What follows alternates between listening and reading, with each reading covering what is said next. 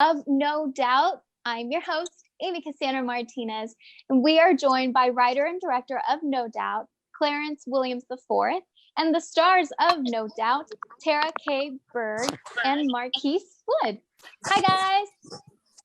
What's up? Woo-hoo. How are you? You know, guys, I'm very glad that we're doing this. This is the first time we've ever done this. So basically what's going to happen is we have a 15 to 20 minute Q&A. Then we're going to have a screening of the film with a commentation's another word, with a commentary with you guys. And then we'll have a 15 to 20 minute Q&A at the end. So everyone is watching this from all over the world, all over social media. We've got, I had to write this down because it's so many, Facebook Live, Twitter, Instagram Live, Twitch, all these places. But the only way that you guys can ask your questions is to join our Zoom meeting. And that link can be found under freakishfilms.com/screening. Okay. All right. So we're going to kick it off. I'll start with the first question. If you have questions, go ahead and join that Zoom meeting and just write down in the chat, I have a question, and then we'll go to you. Okay. Let's do this. I'm going to move this. Okay. So Clarence, tell us, what is No Doubt about, and how did you come about making this film? You know, where did the idea come from? So, No Doubt is an indie romantic comedy about two millennials who connect on an online dating site and then decide to have a first date, decide to actually meet in person for the first time. So, the inspiration for this idea, well, for one, I'm a big fan of like Richard Linklater, Kevin Smith, Tarantino. So I'm a big fan of like dialogue guys, people that write a lot of dialogue, have dialogue and character-driven films. So I knew definitely I wanted to make a film that was more character-based as opposed to plot-based. This is more of like a hangout film. You get to know them. You get to kind of hear their opinions on things and kind of watch them connect. My goal was to create a film that you could watch and say, oh, I could see this happening in real life. Like I could see this as an actual first date, or I've had those conversations, or I'm kind of like this character or like that character. So definitely wanted to approach this from a character standpoint and kind of tell a small story, but also something that hopefully people can relate to and watch over and over again. I love that. And I feel especially, I mean, all of us as creative people, movie lovers, right? We all turn to movies to just feel better. And what better time to feel better than right now? Literally, I was going to say, like, this is the time to like watch and, you know, connect and try to, because, you know, we're all cooped up in your house or apartment.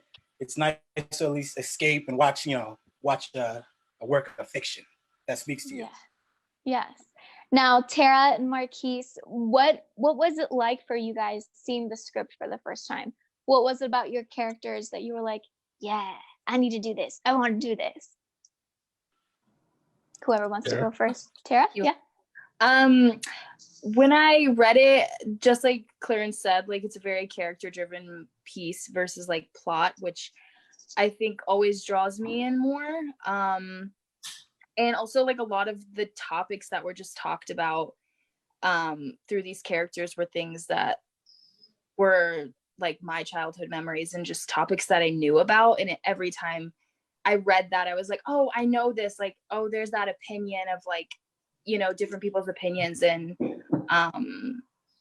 yeah, I just liked that fact that I could relate to it with the topics and yeah, the character-driven storyline. Marquise? Well said. Yeah, to piggyback off that, the same thing. Also, I mean, I've worked with Clarence I've been working with Clarence since I was like 19, 20, 10 years. It was a long time. So the first films that we did at school were, I watched him develop his scripts over the years. And when I read this script and he told me about it, he was like, yo, I got this film, No Doubt, da da da. I was like, all right, let me read it. And I love the way that Clarence gets dialogue through in films. I love his point of view for his characters, and I love his his love for the 90s. You know what I mean? So yeah. So having all those like key points, it's like doing your films, it's nostalgic in a way. So that's why I love this so much. Well, and speaking of nostalgia, like what are some 90s movies, Clarence, that you felt inspired you for this script and, to kind of have that feel of it? What were some of Well, those for films? one, so the biggest influence on this movie was Before Sunrise, or honestly like that whole trilogy, the Before trilogy. I feel like that is, and I was born like early 90s, early mid, like I'm 93, so I I wasn't old enough to really appreciate the 90s until I got older. But when I got older, like you can even like you ask my wife, like I'm just obsessed with the 90s. Ask anybody that knows me, I'm like 90s music, 90s movies, it's hard to kind of pick like a specific film, but definitely the Before trilogy, Clerks. Clerks. Yeah. Shout out to Kevin Smith. He was another big inspiration of mine. Who else? Chasing Amy for sure. But even movies like Poetic Justice, Boys in the Hood, there's a lot of all those movies are very much character driven. Jackie Brown, shout out Tarantino. So like those are like a lot of the movies I guess you could say were kind of running through my head as I was writing this. But also I was also tapping into my own personal experience, and I wanted to create something because it's set in we shot this actually back in 2017. So we're in an era right now where it's like online dating is a big thing. So I wanted to kind of tap into something that a lot of people can relate to. Everyone, even if you don't personally online date, what it's, Tinder and OkCupid and stuff. So I kind of want to put that spin on it. Mm-hmm. And especially right now we're all at home, confined to our, respective residences. And I think that maybe some online dating is just like increasing. Maybe, I don't know. We do have a question in the chat. Ashley is asking a question. We're just going to get that on standby. Good question. I'm not going to tell you what it is, but that's coming soon. Yeah, so like with movies, before you got started, what were some things that you were a little bit like concerned about, apprehensions, but while working on it, you're like, sweet, got that done. Making a movie is slightly challenging no matter how much you plan for it. Clarence? So funny enough, this is actually we shot this whole thing in 6 days. So as you'll see in the film, a lot of it is kind of just very, very long takes. Because me and my DP for this project's name was Dylan. We kind of were planning, like, because it's a lot of dialogue, so we're thinking about how we're gonna get all this done in such a short amount of time. And he was like, why don't we just leave the camera on and just kind of let them explore? And from there, I was like, boom, let's do that. And then all the blocking, everything we did was to kind of compensate the single takes and a lot of the longer takes that we did. So but it's definitely a tribute to, to Tara and Marquise. They did, an amazing job. It's a lot of dialogue. I like the words. So they were troopers, and they really did their thing, as well as the crew. Everybody was just, I'm very grateful that I had a lot of people that were behind me and believed in this story. Of course, and this is not a film for everybody, because not a lot of people not a lot of people, but a certain amount of people aren't fans of like heavy talking movies. But there is a large majority or group of people that do like those type of movies. Yeah. But I just wanted to tell a story that, personally spoke to me. So definitely I'm grateful for everybody that was a part of this and helped me bring this to life. That's awesome. I know we do have that one question. I think we'll be answering it after the screening of the film, because no, we have it right now. Okay, Ashley, this is Ashley. Go ahead, and I'm not sure if your audio is up. Can we make sure that it is up? You can go ahead and ask your question. Cool. So, Clarence, do you think your next film will also have a 90s vibe to it? Well, honestly, pretty much all my movies have some sort of 90s reference or 90s influence. Actually, I just recently shot a short film about a group of high school girls who are kind of trying to influence their more introverted friends to lose their virginity before they graduate high school. So that also has like a 90s feel. The film before that, even if it's not like actual 90s references, the music that I have in my movies, I have a friend of mine, his name is Kai Roberts. He does music for pretty much most of my movies. He always gives me a little 90s edge, 90s flavor, because he kind of knows that's my style. So in one way or another, 90s will always kind of be a part of me. And actually, funny enough, the actual title for this movie, No Doubt, is actually, it comes from an album from one of my favorite groups from the 90s, 702. So their album was actually called No Doubt. So that's where the title came from. That's so cool. Thank you, Ashley, for that question. That was a great question. So Tara, Marquise, can you just kind of tell us what was it like to get such a large script? Because I mean, I think that some people can get a little bit scared seeing so much dialogue, but how did that make you guys feel as actors? Did you just feel like you could really just like delve into your character, or tell us what was going on in your mind? Marquise, if you want to go first. It was stressful. Good, yeah. It's stressful. Especially like this was my first time, being, a lead in a feature. And, Clarence was the first person to give me an opportunity to do that. And Clarence's words are delicate and they're important. And there were challenges. It was fun, to tell you. Like, it was a lot of fun, but sometimes we'll be working on a scene, it's a 15-minute scene, one shot, one take, and you can't get a word wrong. And you get 13 minutes in, you say a word wrong, Clarence will stop you and he will start it over. And that's like nothing I've ever done in my life. But, and it will be 4 a.m. 4 a.m. 4 a.m.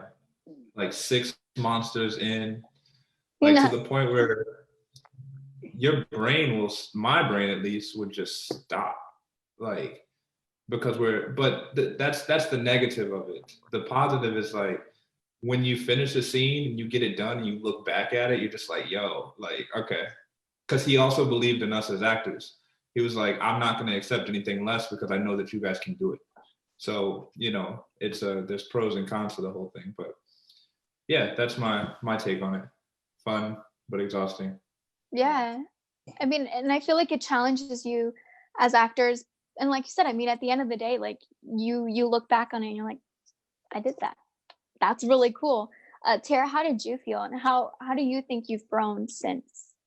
Well, when I first got the script and I like knew what we were doing, I didn't even think that I've done plays and I've memorized so much dialogue that it didn't seem like it wasn't the thing on my mind that I was like, oh, I have to do 15 pages in one take.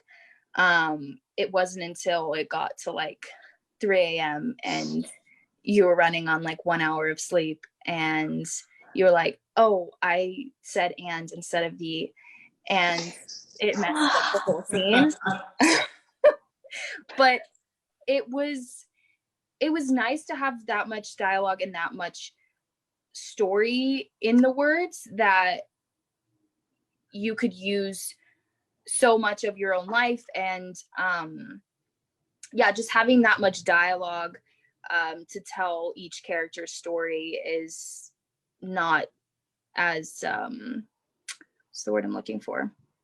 Not as common. I think in a lot of stuff, a lot of projects, it's story and what you're seeing, is very visual. And this was just a story between two people, and the dialogue helped that. I kind of want to know, like, what are some crazy things that happened so late into the shooting days? You're talking like 2 a.m., 3 a.m.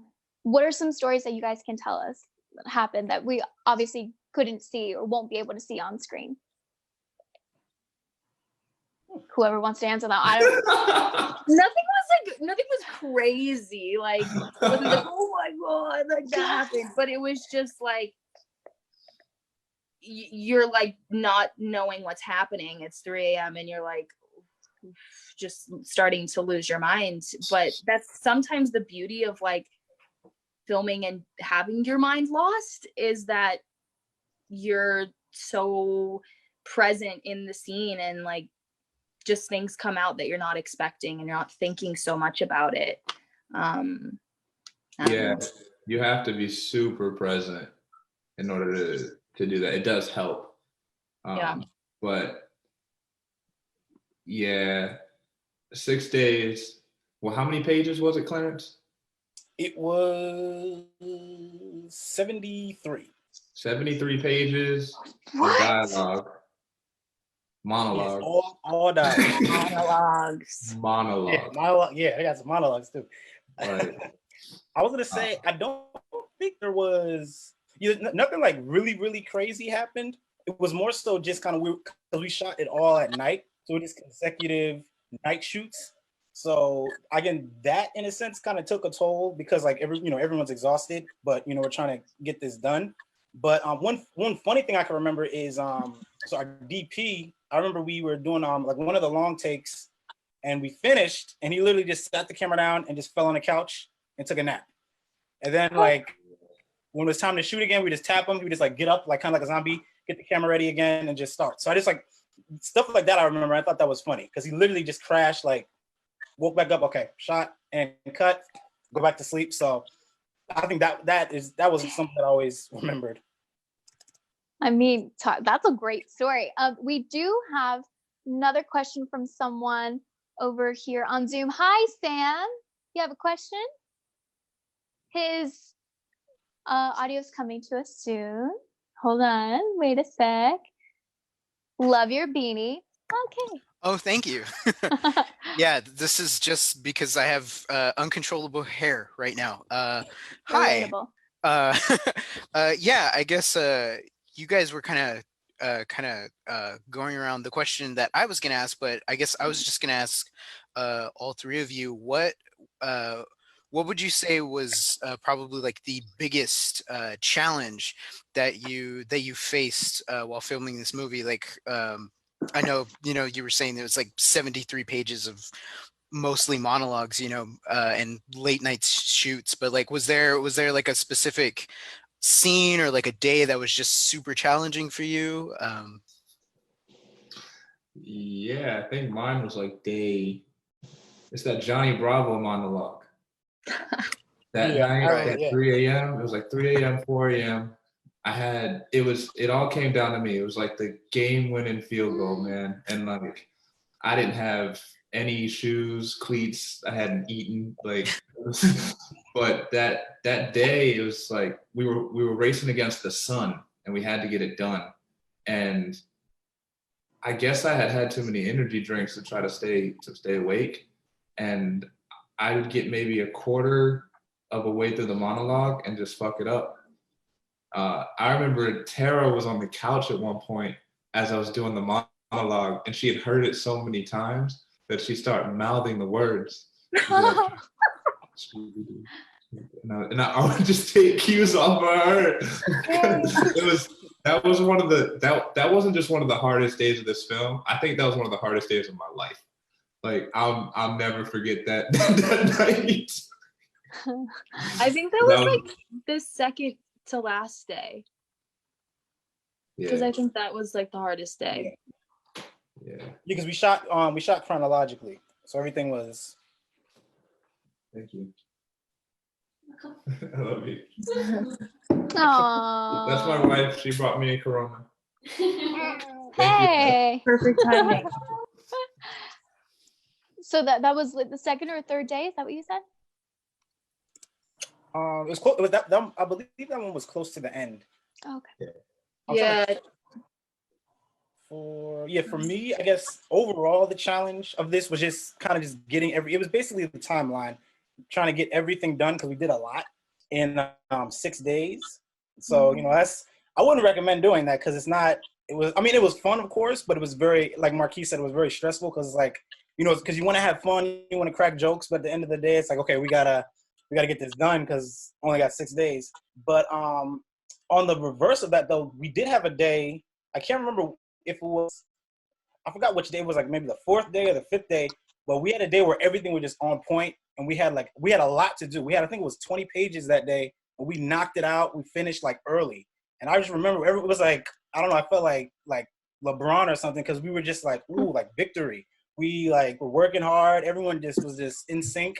So I think that was like the best day out of all of the shoots, and that was the most pages. So everyone was just like in sync, in tune with each other, and we knocked it all out.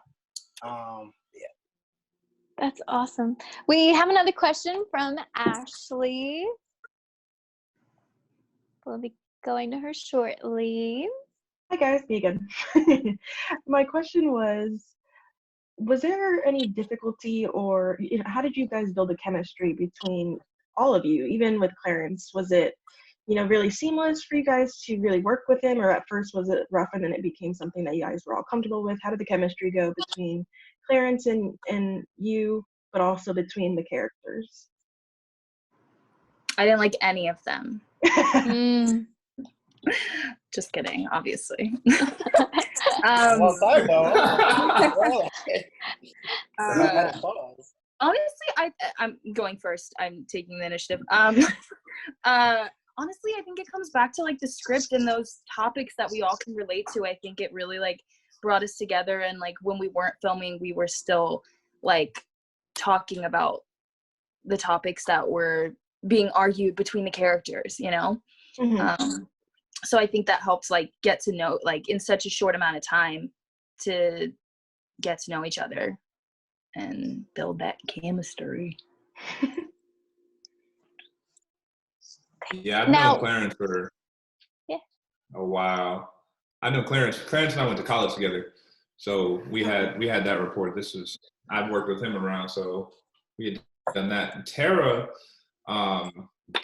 she was pretty terrible to work with, to be honest. Pretty difficult. She wasn't really present. She didn't really know her lines. Tara was great to work with. I think Tara was easy to get to know. I think maybe our first conversation, she came in pretty open.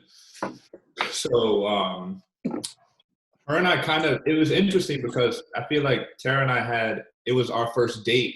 This movie was our first date. And, we had a first date within the movie. And let's just say it was our last date, but, it was...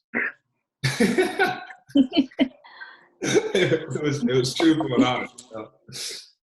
I really like that we're getting like a nice teaser of what to expect in this, because like most of us haven't seen the film yet. We're gonna go ahead and wrap up the Q&A portion of this. Now we're gonna go into the film, so people can go ahead and watch it. It's going to stream on YouTube, so just go to freakishfilms.com/screening. And you will have the link there. You can also just go to YouTube and just search Freakish Films. We are watching No Doubt. We will have a live commentary going on. The writer, director, and actors, if you have just started watching right now, hi.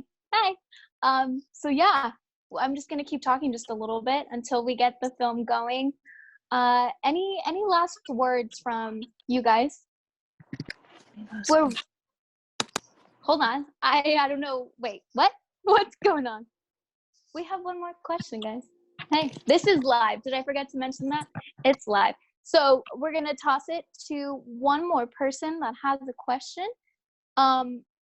Is that correct? Okay. So